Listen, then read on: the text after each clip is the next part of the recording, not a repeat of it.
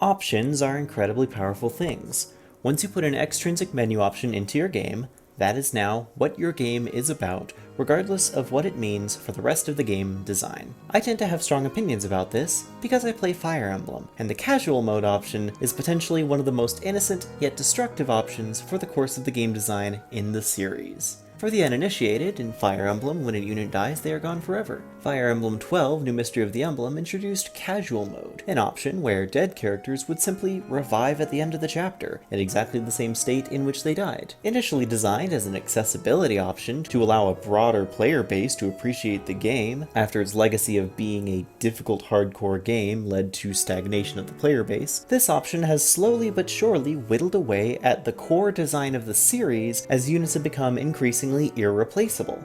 Fire Emblem was hard, sure, and losing good units has always been terrible, but the framework of a Fire Emblem game has always included certain checks and balances to make sure that the game was almost always at least playable, even if you lost some of your best units. Nowadays, especially in the most recent three houses, losing even one unit is incredibly debilitating, not only because of the amount of time you spent raising them, but because the game does not actively give you enough viable replacements later on in the game to effectively fill their spot.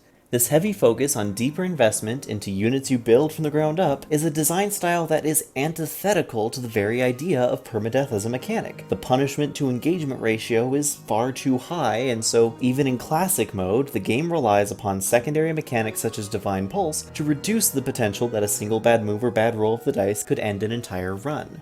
So, the game is clearly designed around casual mode, so why even play on classic? Well, because casual mode means far more than just forgiveness for mistakes. It means suicide strategies, where you throw all your units at the objective regardless of how many die, become the optimal way to play, and that goes against everything classic Fire Emblem is built around. It is my most pedantic soapbox, sure, but this is the hill I will die on. I totally understand how many more people the game reached when casual mode was introduced. Heck, the majority of people that I personally know in real life only started playing Fire Emblem because Awakening introduced casual mode to the Western world, and the turn wheel mechanic is a brilliant way to reduce the frustration caused by mass resetting trying to get the perfect run, but the transformation of the series from being a tactical RPG fantasy war simulation to being an extended unit optimization engine was massively expedited by the inclusion of casual mode, to the point where the game series seems to have forgotten how poorly several of its core mechanics clash with each other.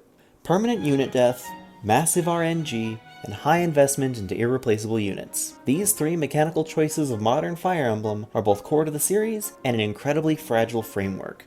In order for a game to thrive, you have two options. Pick two of these three to keep and throw out the third, or implement counter mechanisms to dull the pain points. Casual mode in Fire Emblem is removing permanent death, leaving a game that is about high investment into units and RNG. Removing the massive RNG creates a game where you invest into your character, knowing they can die, but without the swing of RNG, that burden is almost entirely upon the player. This can create a fun, albeit very hardcore experience, and is reminiscent of hardcore game modes such as Diablo. Removing the high investment leaves you with permadeath and RNG, but ultimately replaceable units, something like XCOM or roguelike games where randomness determines the fate of your run, but you can quickly run again. All three of these paths are fine, but none of them really creates the same game feel that classic Fire Emblem thrived on. So what if we mitigate their downsides instead of removing them altogether? Permanent death can stay, that's binary anyway. Massive RNG? Well, what if we put more control of the RNG into the hands of the player, introducing systems like the weapon triangle, terrain advantage, or things like supports to help boost your hit chances while limiting the opponents? Okay, it's still swingy, but it's fine. Now for the big one, high investment into irreplaceable units. Classic Fire Emblem had levels of investment, and each individual unit was irreplaceable, but the extremifying of these elements is what's killing modern Fire Emblem's classic mode. So let's dial it back a bit. Like it or loathe it, the lower stat caps of older Fire Emblem games were a critical part in limiting how bad one unit's death could be. No matter who it was that died, you almost always had another unit that was at least close to that unit's stats. But what if you didn't train anyone else? Well, that's where later game pre-promotes come into play. If you lose your powerhouse in Chapter 20 that you've trained from Chapter 1, it's unlikely that another unit you got from Chapter 2 or 3 will be able to take their place fresh off the bench. But a unit who's joined in Chapter 18 should have stats to be a reasonable filler, even if they aren't going to be quite as dominant as your old powerhouse was. The final element is what Three Houses is missing, and with the inclusion of casual mode, throws out the window because it's not only unnecessary, it is actively disliked by the player base. Why bother training a unit who joins a few chapters before the end game when you've already invested everything into units who've been with you for the entire thing? It makes no sense to do this in casual mode, but these late game locked units are critical to the survival of classic mode. So, what does Fire Emblem need to do to get its act together? Is classic mode really the problem? Well, no, but it fixes an accessibility flaw by creating an atmosphere that is conducive to rampant acceleration of the unit investment mindset. And such investment creates a situation where almost nothing could replace the player's high investment units. To prove my point, across several games, in 3 houses, upon entering the second act of the game, you get 1 highly powered unit, potentially 2, depending on what route you're in, who's designed to help carry the burden if your party has any holes in it. But throughout the entire rest of the war chapters, you get nothing. If you lose any units at this point in time, there is no chance to recruit anyone else, and if you'd recruited units pre-war but haven't been training them up, then your only potential filler is completely unfit for the challenges ahead. In Awakening, you get access to a few somewhat useful units in late game, but have you ever actually tried to use Flavia and Basilio? Seiri, Tiki, child units you waited too long to get or didn't optimize well? These units aren't technically available, but the enemies scale up so high in stats, especially in Lunatic and Lunatic Plus, that those units might as well not even exist for all the good they're going to do for you. In Radiant Dawn, with how many different teams and unit movements between teams you have, you can easily end up in a situation where you feel trapped. However, the game gives you powerful units across these parties through many stages of the game to help mitigate this factor. It isn't perfect, and you can definitely get yourself trapped with a bad Dawn Brigade in Act 3, but the game at least tries to mitigate this by giving you allied units and focusing on generally easier mission objectives such as defense maps. In Binding Blade, some of the best units you get are in the second half of the game. Milady, Percival, heck, even Douglas or someone like Garrett or Juno can pull their own weight in the right situations. The game is weird because it's almost too flipped in terms of unit power, where it feels like your replacement units offer far more than you invest into them, but at the same time this benefit definitely helps the game feel like it's one of the more forgiving games to Iron Man.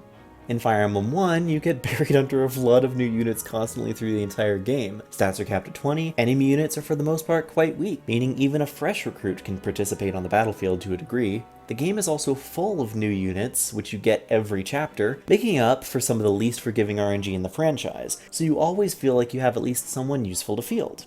In Genealogy, there are times when you can feel absolutely screwed by the game if you had a bad setup or lose a key unit. However, the game drip feeds you powerful units and items throughout the campaign, so you're rarely in a completely hopeless scenario. Modern Fire Emblem games try to sidestep this issue by making your game over condition units incredibly powerful. Your main lord, your self-insert, the game gives them to you strong and encourages you to make them even stronger. This is a helpful stopgap, but it doesn't solve the problem. Most players can't win a campaign with a single unit, and most campaigns are designed to not let you do that. So, is Fire Emblem ruined by the inclusion of casual mode?